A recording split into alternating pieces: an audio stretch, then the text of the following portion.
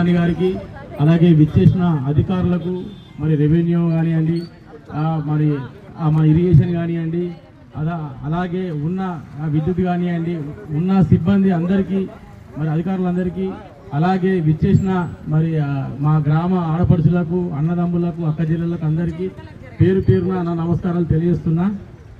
మరి మనము ఒక గత 10 సంవత్సరాలు బీఆర్ఎస్ పాలన ఉన్నది. ఈ 10 సంవత్సరాల బీఆర్ఎస్ పాలన ఒక్క ఇల్లు ఇచ్చిరా? మీరు చెప్పండి, అంటే చెప్పారు, ఒక్క ఇల్లు ఇచ్చిండ్రా? ఒక్క నిమిషం నేను చెప్పాను. ఒక్క ఇల్లు మన డివిజన్ కానివ్వండి ఎక్కడ రాలే. ఈ 10 సంవత్సరాల పాలనలో బీఆర్ఎస్ ప్రభుత్వంలో ఒక్క ఇల్లు మనకి ఇవ్వలే. ఇది వరకు ఇచ్చింది ఇందిరమ్మ ఇల్లు అంటారు. మనం ఇందిరమ్మ ఇల్లే ఇచ్చింది. మళ్ళా మన కాంగ్రెస్ ప్రభుత్వం వచ్చిన తర్వాతనే ఇందిరమ్మ ఇల్లు అనేది శాంక్షన్ చేయడం జరిగింది. మన డివిజన్ కు 152 శాంక్షన్ అయితే 104 కట్టుకున్నాడు. అంటే సార్కు అది ఆ కట్టుకునే చెప్పింది, కానీ 152 శాంక్షన్ అయినాయి. మన డివిజన్ నుంచి వెళ్ళి లేని వాళ్ళు 3500 మంది అప్లై చేసుకున్నారు. ఈ 3500 మంది అప్లై చేసుకుంటే దాంట్లో 152 ఏ డివిజన్కి ఇవ్వలే. ఎందుకు అంటే మన గ్రామము, మన ఆరుపల్లి కానివ్వండి, మన కొత్తపేట కానివ్వండి, పైడిపల్లి కానివ్వండి, చాలా మంది నిరుపేదలు ఉన్నారన్న అని చెప్పని మేము గౌరవ కార్పొరేటర్ ద్వారా, ఉన్న నాయకుల ద్వారా మేము అందరం పోయి ఎమ్మెల్యే గారికి మేము చెప్పడం జరిగింది. అన్ని డివిజన్లకు 50, 70, 80 ఇస్తే మనకొక్కరికే 152 ఇచ్చిండు. ఆ ఘనత కాంగ్రెస్ పార్టీకే దక్కింది. 104 కట్టుకున్నారు. ఒకసారి మన ఇంటి పక్కనలో, అక్కడనో ఇక్కడనో చూడండి, ఎవరికైనా కూడా ఒకటేసారి మనకు కుటుంబం ఉంటుంది. కుటుంబంలో 5 అన్నదమ్ములు ఉంటే 5 అన్నదమ్ములు మనం సమానం చేస్తామా? ఒకరికి చిన్నోని కనుక వానికి ఏమన్నా 2 మూడలు ఎక్కువ పెడతాం, పెద్దోని ఆవురా ఊకోరా అంటాం. కొన్ని సందర్భాలలో అందరికీ ఒకటిసారి ఇవ్వాలని ప్రభుత్వం కూడా ఉంటుంది, కానీ ఇవ్వలేని పరిస్థితిలో ఉన్నాం. రేషన్ కార్డు ఎవరికైనా వచ్చినాయి అమ్మ గత ప్రభుత్వంలో? 10 సంవత్సరాలు నేనే ఉన్నా. అంటే ఇప్పుడు మేము ఒక 5 సంవత్సరాల నుంచి వెళ్ళి ఈ డివిజన్ మేము చూస్తూనే ఉన్నాం. ఈ 5 సంవత్సరాలల్లో ఒక్క రేషన్ కార్డు ఇవ్వలే. 372 రేషన్ కార్డులు మన డివిజన్కే వచ్చినాయి. పైడిపల్లి, ఆరుపల్లి, మన కొత్తపేట గ్రామానికి. మనము ఇప్పుడు ఈ మీటింగ్ పెట్టిందే మన సమస్యలు తెలుసుకొని దాన్ని త్వరగా పరిష్కరించనీకే. ఎందుకు అంటే మీరు ఈ మధ్య కాలంలో చూసిండ్రు, ఏప్రిల్లో మళ్ళా ఇల్లు ఇస్తాము అని చెప్పన్నారు. బాగా గుర్తుపెట్టుకోండి. అంటే మీకు ఇది మన పేపర్లలో దాంట్లో నిలబడ్డది. సెకండ్ విడత ఇందిరమ్మ ఇల్లు ఏప్రిల్లో రిలీజ్ చేస్తామని చెప్పని గౌరవ ముఖ్యమంత్రి, అలాగే మా శాసనసభ్యులు కేఆర్ నారాయణ కూడా అసెంబ్లీలోనే తీర్మానం చేసిండు కనుక మళ్ళా మనము ఈ 152 ఇల్లు ఇచ్చినాం. దీంట్లో 104 కట్టుకున్నారు. చాలా మందికి కట్టుకోలేని పరిస్థితి ఉన్నది. ఈ కట్టుకోలేని పరిస్థితులను కూడా మేము ఎమ్మెల్యే గారి దృష్టికి తీసుకోకపోతే ఒక ఆస్ట్రోనిక్ కంపెనీ అని ఒక కంపెనీ ద్వారా, ఎందుకు అంటే మనం ఇప్పుడు చూస్తున్నాం 5 లక్షలు మన ఇంటికి తరుగుతున్నాయా? అంటే ఒక్కొక్కరు కొంచెం లగ్జరీగా కట్టుకుంటారు. ఒక్కొక్కరు అదే 5 లక్షలకు ఇంకో 2 లక్షలు 3 లక్షలు యాడ్ చేసి కట్టుకుంటారు.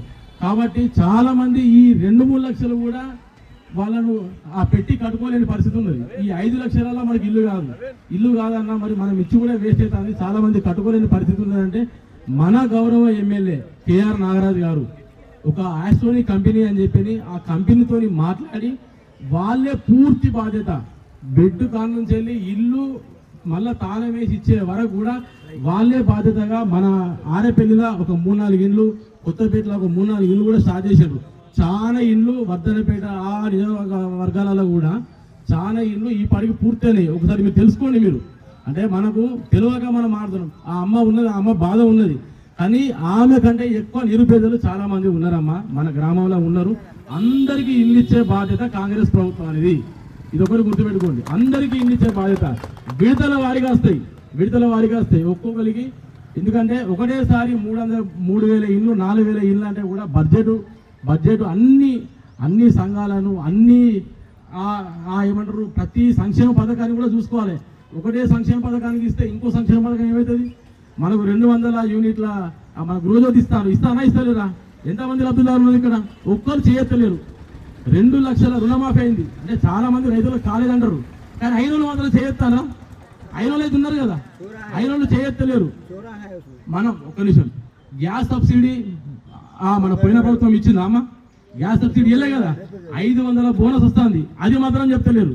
మనం ఎందుకంటే మేము కూడా మా గౌరవ శాసనసభ్యులు కేఆర్ నారాయణ గారికి చాలా సందర్భాలలో చెప్పినాం, అన్న మనం గిన్ని చేసినాం, అడగక ముందుకే సన్న బియ్యం ఇచ్చినా లేదా? ప్రతి ఒక్కరు ఇదివరకు దొడ్డు బియ్యము 10 రూపాయలకు 15 రూపాయలకు అమ్మేది మనం. అంటే కొంతమంది తింటారు, కొంతమంది తినలేని పరిస్థితులు ఉంది. కాబట్టి అందరికీ ఈ అమ్ముడెందుకు, ఈ తినకపోవడం ఎందుకు అని చెప్పని ఉద్దేశించి గౌరవ ముఖ్యమంత్రి ప్రతి ఒక్కరికి సన్న బియ్యం ఇప్పుడు ఎవరైనా నమ్ముతానరా? ఎవరు తినని పరిస్థితి, అందరూ బ్రహ్మాండంగా. అంటే మనం ఇదివరకు సన్న బియ్యమే తిన్నాము అన్న ఉద్దేశంలో ఇక ఒకటేసారి ఏదైనా పర్లేదు అని చెప్పని గౌరవ మన ప్రభుత్వం ఇవ్వడం జరుగుతుంది. అలాగే గ్యాస్ సబ్సిడీ ఇవ్వడం జరుగుతుంది, ఉచిత బస్సు ఇవ్వడం జరుగుతుంది, అనేక సంక్షేమ పథకాలు. అంటే మీకు కొన్ని పథకాలు తెలుసు, లబ్ధిదారులు కూడా మీరు చెప్పలేని పరిస్థితి ఉన్నది. ఇంటి పక్కన ఇల్లు వచ్చింది నాకెందుకు రాలేదు, ఇంటి పక్కన రోడ్డు వచ్చింది నాకెందుకు రాలేదు, వాళ్ళకు వచ్చిందంటే వాళ్ళది మళ్ళీ పోతాం మన వాళ్ళకి మళ్ళీ ఇస్తామా ఇల్లు?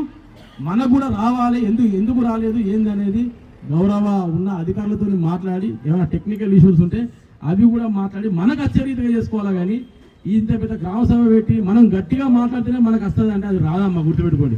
ఏ ప్రభుత్వం ఇవ్వలే, ఏ ప్రభుత్వం సంక్షేమ పథకాలు ఇవ్వలే, ఏ ప్రభుత్వము గ్యాస్ సబ్సిడీ ఇవ్వలే, ఏ ప్రభుత్వం ఇందిరమ్మ ఇల్లు ఇవ్వలే, ఏ ప్రభుత్వం 10 సంవత్సరాలు ఉన్నది బీఆర్ఎస్ పార్టీ, ఒక్క ఇల్లు ఇవ్వలే. నేనే ఉన్నా వాటి 5 సంవత్సరాల నుంచి మేమే ఉన్నాం. 10 సంవత్సరాల పాలనలో ఒక్క ఇల్లు ఇవ్వలే. 152 ఇచ్చిన చరిత్ర కాంగ్రెస్ పార్టీది. ఇదొక్కటి గుర్తుపెట్టుకోండి.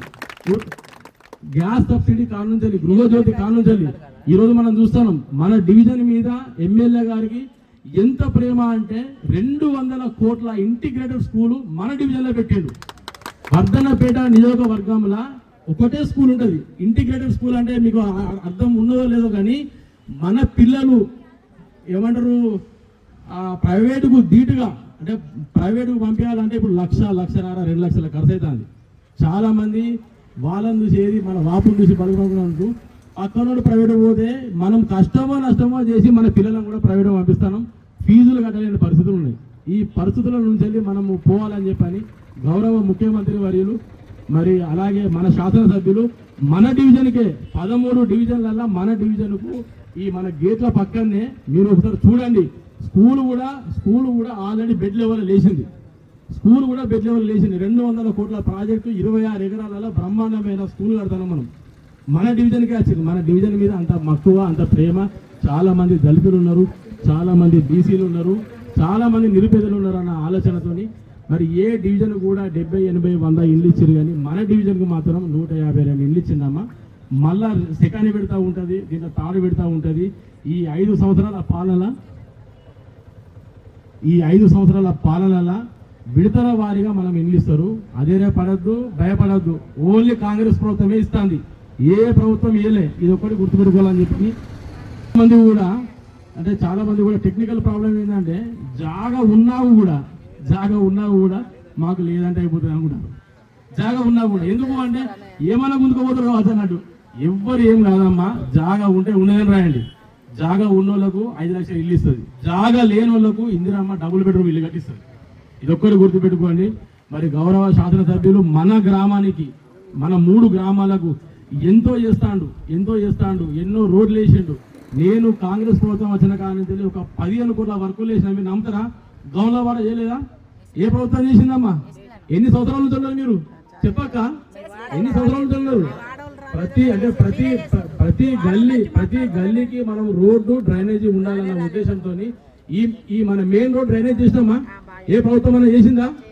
మరి మనము మన ప్రభుత్వానికి మనం అండగా ఉంటే మన ప్రభుత్వం మనకు అండగా ఉంటుందన్న.